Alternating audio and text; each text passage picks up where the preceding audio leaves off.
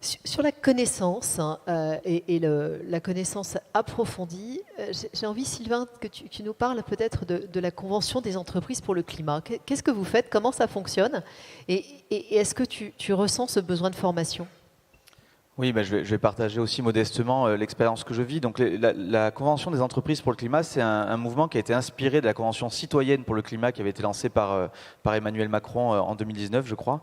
Et en fait, c'est un cadre dirigeant dans une entreprise qui s'est dit, mais c'est génial qu'on fasse ça au niveau des citoyens, mais en fait, on voit que les entreprises sont le principal vecteur de transformation. Il est temps qu'on fasse un peu le même chose, le même travail et qu'on teste ça avec des dirigeants. Et donc, c'est un projet qui est assez incroyable parce qu'en l'espace de 1 an, ils ont monté le projet. Et là, on a démarré en septembre. C'est porté par une équipe de 70 bénévoles. Moi, je me suis infiltré dans les équipes très opérationnelles parce que je suis facilitateur de ce qu'on appelle un camp de base où en fait, je suis un groupe de 20 dirigeants. En fait, la CEC, c'est 150 entreprises de tous les territoires, de toute taille et de tout niveau de maturité en termes de transition écologique qu'on met ensemble dans un programme qui dure 9 mois, 6 sessions de 3 jours. Allez vous amuser à convaincre des dirigeants de mettre tout ce temps-là parce qu'en fait, on prend les DG et ce qu'on appelle les Planet Champions qui sont en fait les Chief Transformation Officers de la RSE et on les incite à suivre un programme qui se veut transformant et on espère que ça serve de proof of concept et qu'on puisse le démultiplier à grande échelle. Et ce que je note, alors on en est en plein milieu aujourd'hui, hein, on va attaquer la 4e session sur 6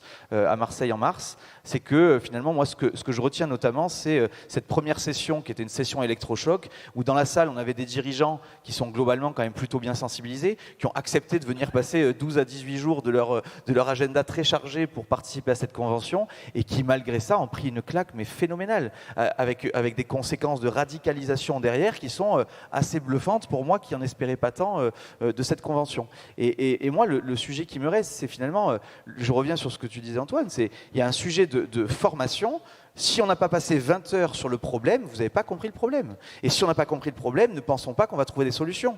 Et donc pour moi, il y a un sujet majeur de formation, d'abord au sujet de ce que c'est que le développement durable, qu'est-ce que c'est qu'une économie durable et qu'est-ce que c'est qu'un modèle de développement durable pour les générations au niveau planétaire. Et une fois qu'on a compris ça, qu'on a passé 20 heures, ben c'est que le début en fait, parce qu'il faut tout réinventer derrière. Donc il faut tout réapprendre, et là c'est des heures et des heures de formation pour réinventer tous les métiers. Donc pour moi, la formation c'est le numéro 1, et le message numéro 2 qui ressort, et encore une fois on en est qu'au début, à la moitié de la CEC, c'est réinventer la manière de compter. Arrêtons de penser qu'en fait les indicateurs financiers qu'on a reflètent exactement le sentiment de progrès qu'ils sont censés représenter. Et donc nous, on est un fervent défenseur de la notion d'impact, où il faut réapprendre à mesurer les impacts. Demain, ça pourrait finir en comptabilité extra-financière ou en comptabilité intégrée. J'espère que demain, la finance intégrera totalement ces éléments, mais on ne peut pas continuer à dire que quand on fait, quand on pollue les sols et quand on envoie du CO2 dans l'atmosphère, c'est rentable, on paye des dividendes, et qu'en parallèle, quand on essaye de faire les choses bien, ce sont des business pas rentables. Donc voilà, moi je pense que le conclusion, c'est qu'il y a tout à refaire. C'est juste, alors on a un monde fantastique qui s'ouvre à nous, parce que là, pour le coup, il n'y a pas un secteur qui n'est pas à réinventer et pas un métier qui n'est pas réinventé. Donc c'est un défi qui est fantastique, mais il faut qu'on se l'approprie, quoi. Anne-Catherine, comment est-ce que vous comptez?